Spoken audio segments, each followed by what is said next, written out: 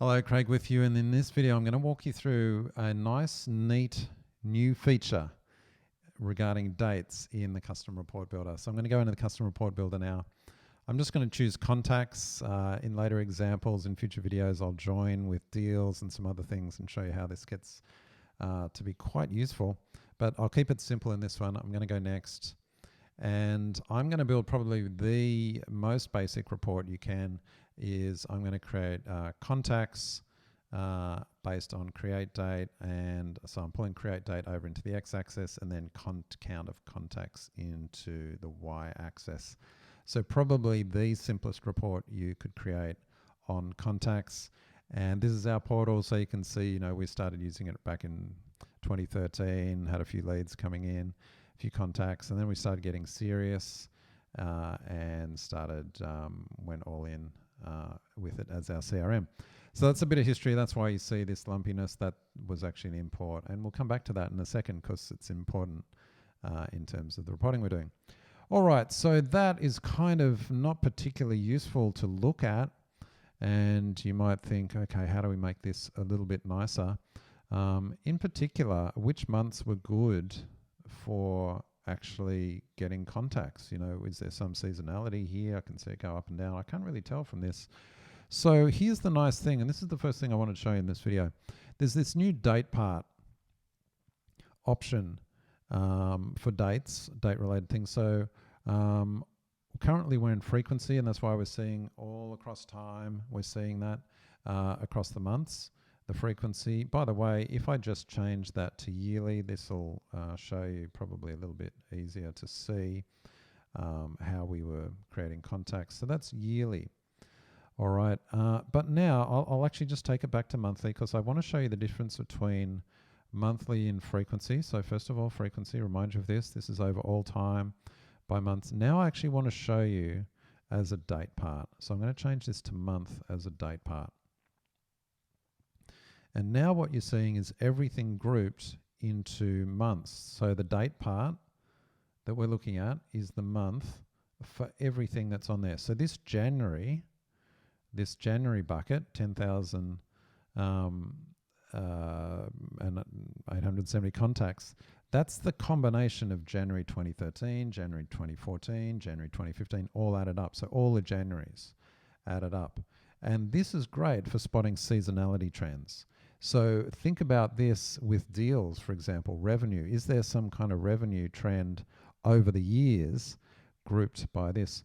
But then you might say, well, look, July was huge. And remember I showed you earlier in the video, we know why because we didn't import. But let's say I didn't know and I wanted to drill into that. I might say, okay, I'm actually going to break that down by, I'll drag in create date again, monthly.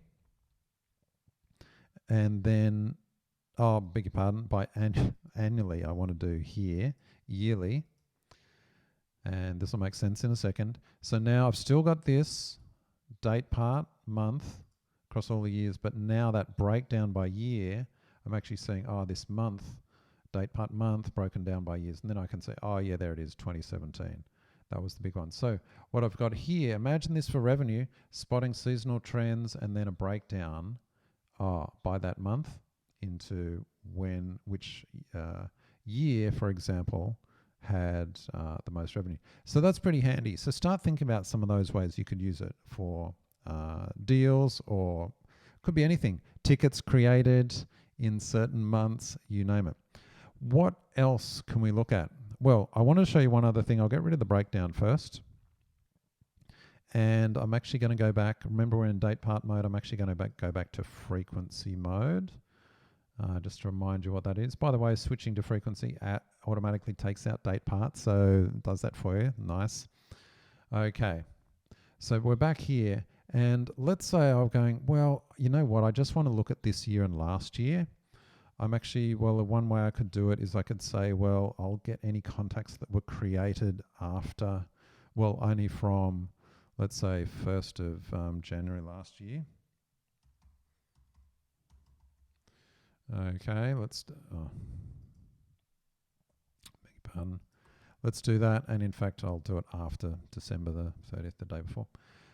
Okay, and so now we get that, see January 2021 through, so That's how we've done it. Let me show you another way we can do it. So instead of using a filter to narrow that down, I'll go back to configure. We're back here to frequency mode. I'm actually going to use this compare by field. In fact, I'm going to compare by. I'm going to drag create date on. Now, a little annoying thing's going to happen. I'll point that out in a moment. And I'm going to say this year to last year, and I don't want the breakdown by, hang on. Let me apply that. And here's the annoying thing. It's jumped this from month to quarter. And in fact, date part quarter. I don't want that. I actually want frequency monthly. Let me switch it by, and this will make sense in a second. Okay, great. So now we've got the same. See what I've done? I've used compare by, and what it's effectively done, because I'm in frequency mode, has limited the date range that's used. In fact, it's limited just to this year to last year. All right, so that was the same as me applying that filter to create date to start just at the start of last year. So you might think, well, why is that good? You know, I could just do that before with filtering. Here's the thing, on the fly, you can quickly switch this. Instead of this year to last year, I'm just going to this quarter to last quarter. Okay, apply that. Now, it's done that, but it's done this annoying thing here. It's switched this to date part. I didn't want this. I just wanted it to stay on monthly frequency. So this is an annoying thing I have to reset every time. And there we go. So what I've done is I've compared this quarter to last, and it's done it. Yes, I could have done the same by going into filter and saying just start on the 1st of April, but this compare by just nicely does it on the fly. And here's the other thing. Notice how quarter 2, quarter 3, they're different color coded. That's because here the breakdown is by quarter. I could actually change that to month. I'll show you what happens. There we go. So then there's the month colored. Not particularly useful in this case because they are grouped by month. Let me try something else. Let's actually break it down by week. All right, so now we're not only getting that date range move down, but now we're getting that breakdown as well. It's essentially pushed this breakdown here, this column. So why am I showing you this? I just want to show you the fundamentals. I wanted to highlight the difference between date part and frequency. Reminder here, date part versus frequency.